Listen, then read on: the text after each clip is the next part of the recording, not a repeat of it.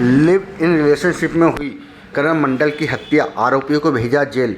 करण मंडल की हत्या की घटना को उसकी प्रेमिका माता पिता ने दिया अंजाम।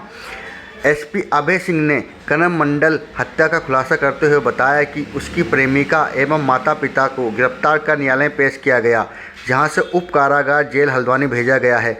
एसपी अभय सिंह ने बताया कि शांति कॉलोनी नमूना निवासी मधु सिंह पत्नी रोहित सिंह ने 6 नवंबर को तहरीर देकर आरोप लगाते हुए बताया था कि करण मंडल की हत्या की गई है। पोस्टमार्टम रिपोर्ट के आधार पर हत्या का खुलासा हुआ, जिसमें सुभाष नगर वार्ड नंबर 8 निवासी करण मंडल 27 वर्ष पुत्र जयदेव मंडल, उसकी लिव इन रिलेशनशिप की प्रेमिका संजना उर्फ डोली पुत्री विनोद कुमार के साथ लिव इन रिलेशनशिप में रहता है।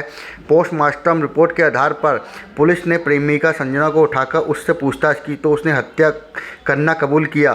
साथ ही बताया कि इससे पहले करण मंडल अच्छा काम करता था, लेकिन लॉकडाउन के बाद उसका काम खराब हो गया और आए दिन शराब पीने की लत लग जाने के कारण मारपीट एवं गाली गलौज करता था, जिसे मैं लगभग 4 वर्षों से जानती थी। 2 वर्ष से मैं इसके साथ रह रही थी। 6 नवंबर को अत्यधिक शराब पीकर घर आया। वह मेरे साथ मारपीट करने लगा।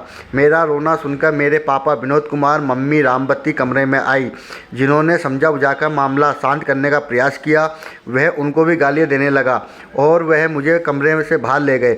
उसके बाद फिर यह चिल्लाने लगा तो मुझे कमरे के अंदर छोड़ दिया। मेरा गला दबाकर मारपीट करने लगा, जिसमें शोर शराबे की आवाज़ सुनकर पापा अंदर आ गए और उसका गला जोर से दबा दिया, जिसका हिलना डुलना बंद हो गया। फिर उसको आत्महत्या दिखाने के लिए उसके गले में मफलर से फंदा लगाकर पंखे में लटकाया और दरवाज़ा बंद कर दिया और जोर जोर से चिल्लाने लगे, जिससे आत्महत्या लगे। जब दरवाज़ा तोड़ा गया तो उसका मफलर गले से काट कर नीचे उतारा और सांस चलने का बहाना लेकर अस्पताल ले गए, लेकिन बहुत चिकित्सकों ने मृत घोषित कर दिया। पोस्टमार्टम होने पर इस संजन का खुलासा हो गया, जिस पर कोतवाली पुलिस द्वारा प्रेमिका संजना उर्फ डोली, पुत्र विनोद कुमार, उसके पिता विनोद कुमार, पुत्र राम वृक्ष, उसकी माता रामबती, पत्नी विनोद कुमार को गिरफ्तार कर कोतवाली लाया गया।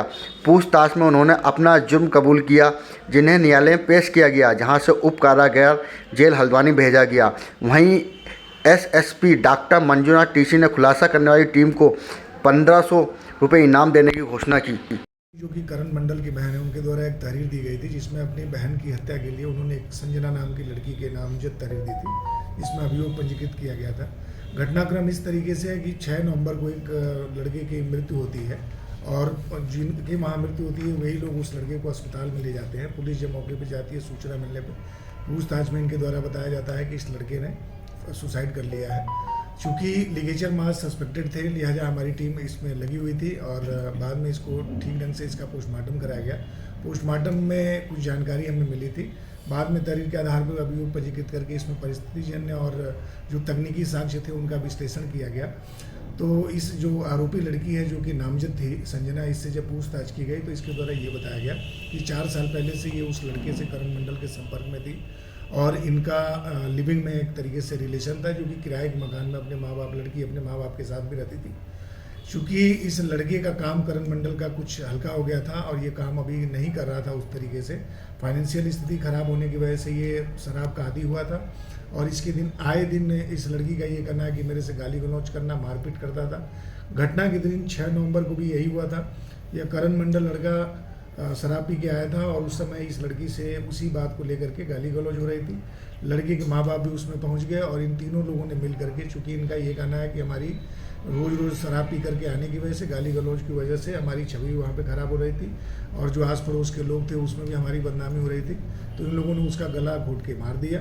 उसके बाद से फिर उसको मफलर में इन्होंने लटका के फैब्रिकेट कर दिया कि जिससे ये प्रतीत हो कि इसने हैंगिंग करी है।